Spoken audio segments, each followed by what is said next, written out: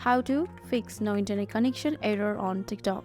If you and many others are receiving the no internet connection error simultaneously, the issue is more likely to be on TikTok ends rather than your own.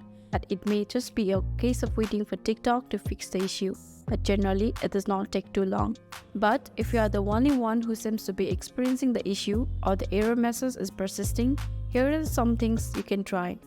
The first method is check your device internet connection.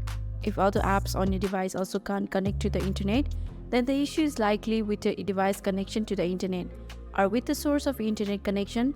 So you will have to resolve this issue first before you can browse TikTok again. Second method is delete and reinstall the app. This is an old trick, but it often ends up resolving any persistent issues that don't seem to have a cause. Try deleting and then downloading the app to your device again. Third method is go to Play Store and check whether your device needs to be up-to-date or not. If it says update, then simply update. But if it is open, then it seems to be okay.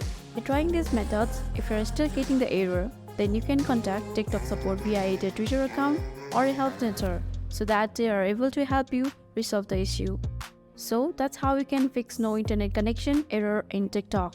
If you found this video helpful, then don't forget to hit the like button and subscribe us for more helpful tutorials. Thank you.